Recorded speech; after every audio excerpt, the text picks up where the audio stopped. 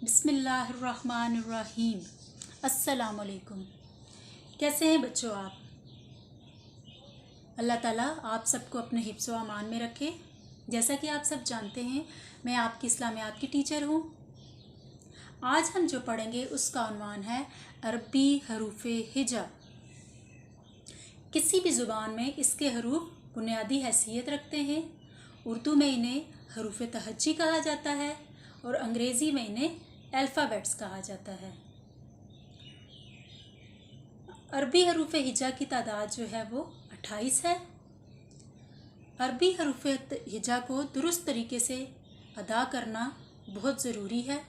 जब तक हम इन हरूफ को दुरुस्त तरीके से अदा नहीं करेंगे तब तक हम अरबी ज़ुबान को दुरुस्त तलफ़्फ़ुज़ के साथ अदा नहीं कर सकते।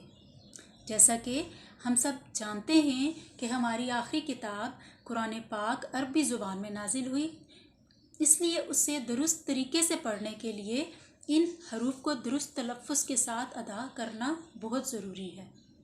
चले आए इन्हें दुरुस्त तरीके से पढ़ने की कोशिश करते हैं।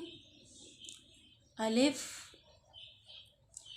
बा, ता, सा, जीम, हा, ख, दाल, ज़ाल, रा, ज़ा, सीन, शीन, साद, ज़ाद, ता, ज़ा, आइन, गैन, फा, क़ाफ, काफ, लाम, मीम, नून, वाव, हा, हमज़ा, या। अब आप सब ने इन्हें बार बार अच्छे तरीके से पढ़ने की कोशिश करनी है ताकि हम अरबी हरूफ को दुरुस्त तरीके से अदा कर सकें।